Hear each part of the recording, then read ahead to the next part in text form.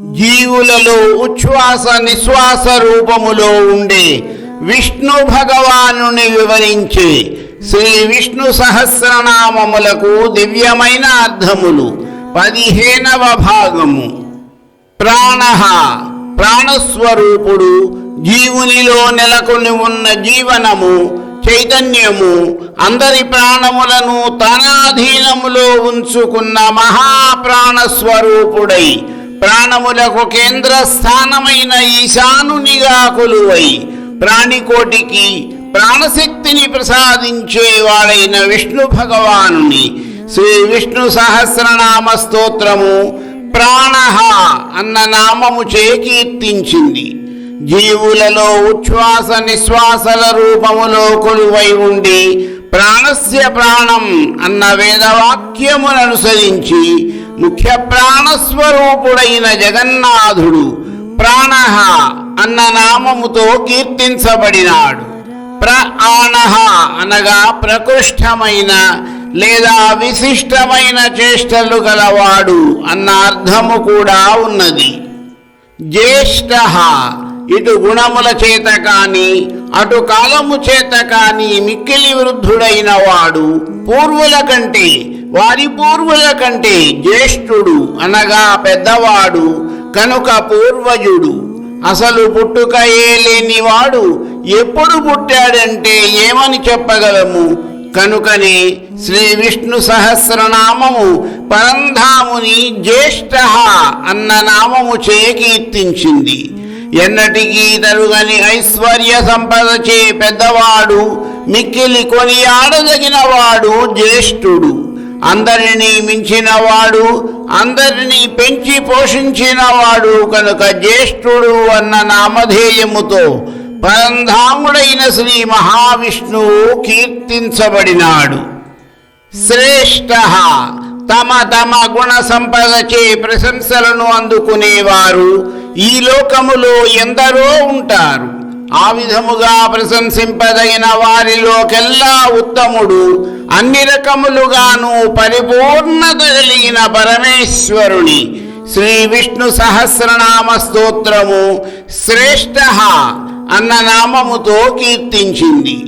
జీవులందరినీ వ్యవస్థీకృతమైన వారి వారి లక్ష్యముల వైపు నిర్దేశిత మార్గములో నడుపుతూ వారికి పరిపూర్ణమైన ఆధ్యాత్మిక ప్రపంచమును దర్శింపజేసి అంకిత భావముతో నడిపిస్తూ వారిపై ప్రభావమును చూపించగల భగవానుడైన శ్రీ మహావిష్ణువు శ్రేష్ఠః అన్న నామముతో కీర్తించబడినాడు.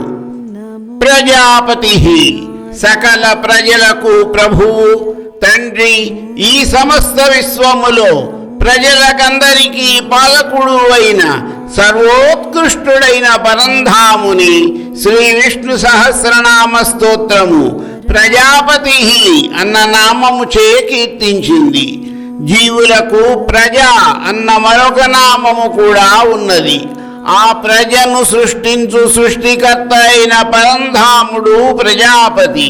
ప్రజాపతి అన్న నామమునకు మరొక అర్థము అపతి అనగా తనకు ప్రభువు ఎవరూ లేనివాడు, ఎవరి శాసనములకు తాను లోబడని సర్వేశ్వరుడు, సృష్టికర్త స్థితికర్త అయిన పరంధాముడు.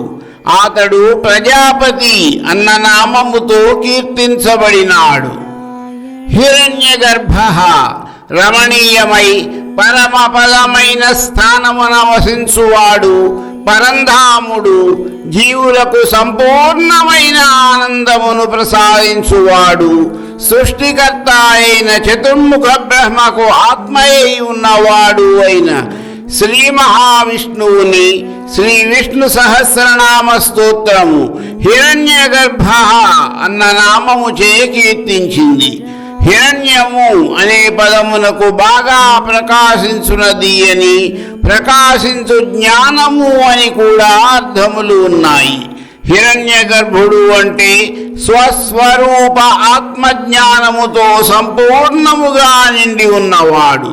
హిరణ్యగర్భ అన్న నామమునకు సువర్ణమైన బ్రహ్మాండమును గర్భమును ధరించిన వాడు అని కూడా అర్థము ఉన్నది. పరంధాముడైన శ్రీ మహావిష్ణువు కల్పాంత ప్రళయ కాలంలో ఈ సమస్త బ్రహ్మాండమును ఒక సువర్ణమయమైన అండరూపములో తన గర్భమునందు భద్రపరిచి తిరిగి సృష్టి ప్రారంభ కాలమున విడుదల చేయుటచే అతనికి సువర్ణ గర్భుడని నామధేయము కలిగినది.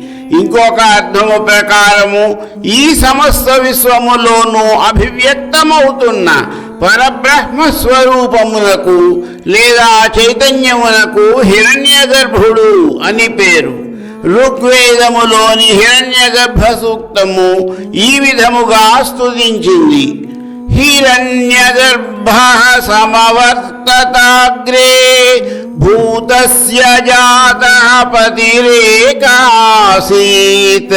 సదాధార పృథివీం ద్యాముదే మాం కస్మై దేవాయ హవిషా విధేమా. సృష్టి ప్రారంభంలో హిరణ్యగర్భ జన్మించాడు. పుట్టినప్పుడు అతను సృష్టించబడిన అన్ని జీవులకు ఏకైక ప్రభువు మరియు పోషించేవాడు. భూగర్భ సమస్తమైన భూమిని తన కడుపులో పెట్టుకుని కాపాడువాడు. విశ్వమునకు పుట్టినిల్లు అయిన వాడు. సువర్ణము వంటి అనేకమైన ఖనిజములు, రత్నములను, రసధారలను తన గర్భమునందు కలిగిన వాడు. ఎవరి వలన రామావతారములోను కృష్ణావతారములోను జగన్నాథునితో సహా అనేక మంది దేవతలు భూలోకమున జనించారో ఆ మహనీయుడైన శ్రీ మహావిష్ణువును శ్రీ విష్ణు సహస్రనామ స్తోత్రము భూగర్భ అన్న నామధేయముచే కీర్తించింది. మాధవ మాధవుడు. మా అనగా శ్రీ మహాలక్ష్మికి, ధవుడు అనగా భర్త. మధు విద్య అనగా మౌనము, ధ్యానము, యోగము మొదలైన విద్యల ద్వారా తెలుసుకొనబడువాడు. సకల విద్యా జ్ఞానములకు నిలయమైన వాడు. పరమాత్మ జ్ఞానమును అనుగ్రహించువాడు. మధువంశమున అనగా యాదవ వంశమున జన్మించిన వాడు. తనకు తాను తప్ప వేరు ప్రభువు లేనివాడు. సమస్త జీవులకు ప్రభువైన వాడు. మౌనముగా ఉండి సాక్షి అయి నిలుచువాడు అయిన శ్రీ విష్ణు భగవానుని శ్రీ విష్ణు సహస్రనామ స్తోత్రము మాధవ అన్న నామముచే కీర్తించింది. మరికొన్ని నామములకు అర్థములు నా తదుపరి వీడియోలో.